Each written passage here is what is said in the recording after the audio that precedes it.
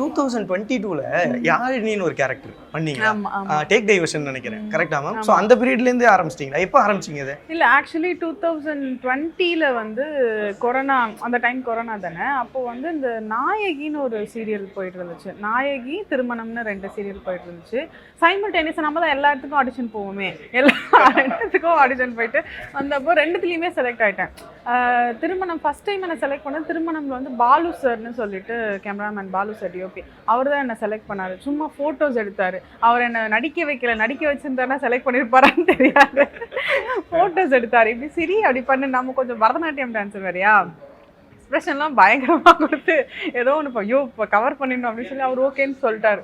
First day இது அதே மாதிரி சைமல்டேனியஸாக நாயகியில் வந்து குமரன் சார்னு சொல்லி டைரக்டர், அவருமே எனக்கு வந்து பார்த்துட்டு அவர் எதுவுமே பண்ணல, டைரெக்டாக பார்த்தாரு, வர வச்சார், இப்படியே பார்த்தாரு, ஒரு 4 வார்த்தை பேச வச்சார். நான் கலகலன்னு பேசிகிட்டு இருப்பேங்க, ஏதாவது ஒன்று பேசுன்னு சொன்னாலும் போதும், என் பேரை பற்றி ஆரம்பித்து அதை பற்றி உட்காந்து பல கதையாக பேச ஆரம்பிச்சிடுவேன். ஸோ அப்படி ஆரம்பிச்சு அவருக்கு ரொம்ப பிடிச்சிருச்சு. அந்த கேரக்டரும் அதுதான். சரி நீ பண்ணு அப்படின்ட்டாரு. எனக்கா ஷாக், என்னடா பரவாயில்லையே இவ்வளவு நாள் இருந்தோமே அப்படின்னு சொல்லி.